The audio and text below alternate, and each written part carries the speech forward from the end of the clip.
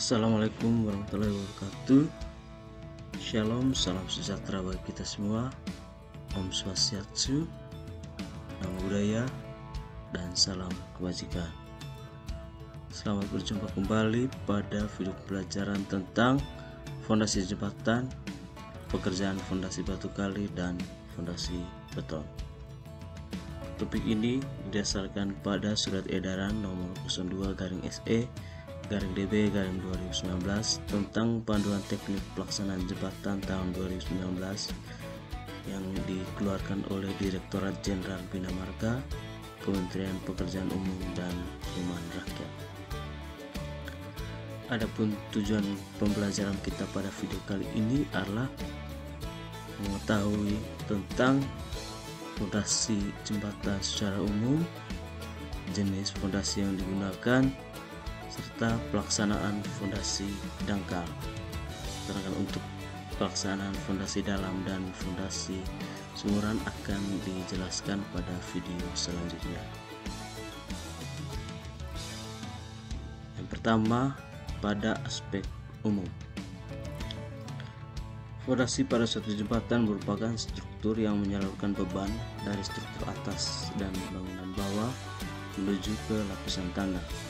Fondasi pada jembatan harus stabil terhadap kombinasi beban lateral maupun beban vertikal dengan batasan penurunan dan perpindahan atau displacement yang telah diizinkan. Penurunan izin yang terjadi pada fondasi harus lebih kecil dari penurunan izin yang diisyaratkan.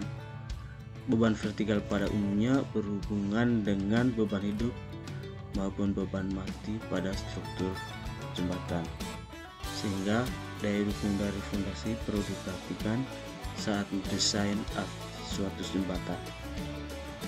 Nah, faktor-faktor yang perlu diperhatikan dalam pemilihan fondasi jembatan adalah antara lain, yang pertama fungsi dari strukturnya, yang kedua kondisi tanah existing dan muka air, yang ketiga rencana kerja yang akan dilaksanakan, yang keempat biaya pelaksanaan, yang kelima ketersediaan material dan peralatan maksudnya. Nah, fungsi konstruksi fondasi jembatan adalah sebagai berikut. 1. Untuk memikul beban dari struktur atas dan bangunan bawah, kembalan jembatan dan pilar dari jembatan. Yang kedua, untuk menahan gaya yang bekerja pada fondasi seperti gaya tekan, gaya tarik, dan gaya lateral. Yang kedua, pada aspek jenis fondasi yang digunakan pada konstruksi jembatan.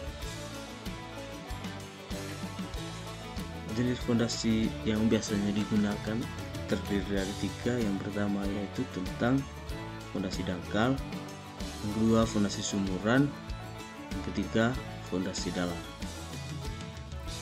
Ketiga hal tersebut mempunyai kriteria dan penjelasan seperti berikut. Yang pertama tentang fondasi dangkal. Fondasi dangkal hanya bisa digunakan pada tanah yang stabil, memiliki daya dukung tinggi dan bersifat keras.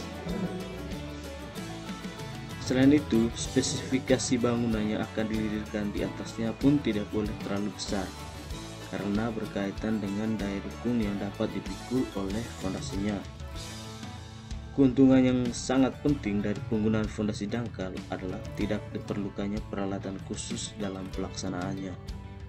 Fondasi dangkal tidak sesuai untuk tanah yang sangat kompresibel seperti gambut atau tanah ekspansif.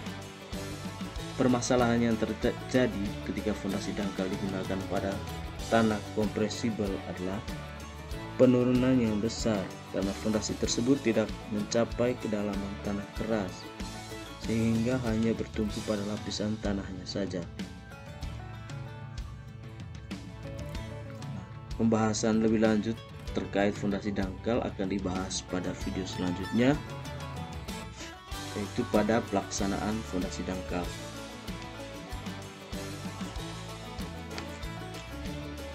Kedua, terkait fondasi sumuran. Fungsi dari fondasi sumuran pada dasarnya sama dengan fondasi tiang, yaitu untuk mendistribusikan beban permanen dan beban sementara yang bekerja pada bagian atas sumuran melalui tanah lunak menuju lapisan yang lebih padat ataupun menuju lapisan batuan. Pelaksanaan fondasi sumuran harus dibuat sedemikian rupa untuk mencegah penurunan yang berlebihan, perpindahan horizontal atau horizontal displacement, atau rotasi pada struktur yang ditopang oleh sumuran. Selain itu, sumuran harus didirikan pada kedalaman yang cukup untuk menjaga ketidakstabilan akibat gurusan atau scoring pada daerah aliran sungai. Fondasi sumuran untuk jembatan biasanya terbuat dari struktur beton bertulang dengan bentuk lingkaran atau persegi dengan sistem penggalian bertahap ataupun sistem galian terbuka atau open cut. Fondasi sumuran selalu monolitik atau satu kesatuan dengan komponen struktur jembatan. Selanjutnya terkait fondasi dalam. Jenis fondasi dalam yang paling umum untuk konstruksi jembatan modern adalah fondasi tiang. Fondasi tiang yang digunakan untuk konstruksi jembatan dapat terbuat dari material beton, baja, kayu, ataupun komposit. Pada pelaksanaan fondasi dalam ini, fondasi dibagi menjadi dua, yaitu fondasi tiang pancang dan fondasi tiang bor. Fondasi tiang bor merupakan jenis fondasi tiang yang pelaksanaannya dilakukan dengan cara membuat lubang dengan alat bor, lalu kemudian dilakukan pengecoran di lokasi atau cast in situ.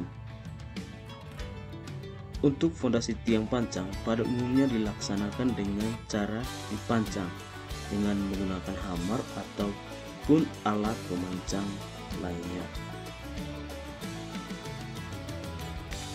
Selanjutnya terkait pelaksanaan fondasi dangkal. Fondasi dangkal hanya bisa digunakan pada tanah yang stabil seperti yang sudah dikatakan sebelumnya, dan tanah tersebut harus memiliki daya dukung tinggi dan bersifat keras.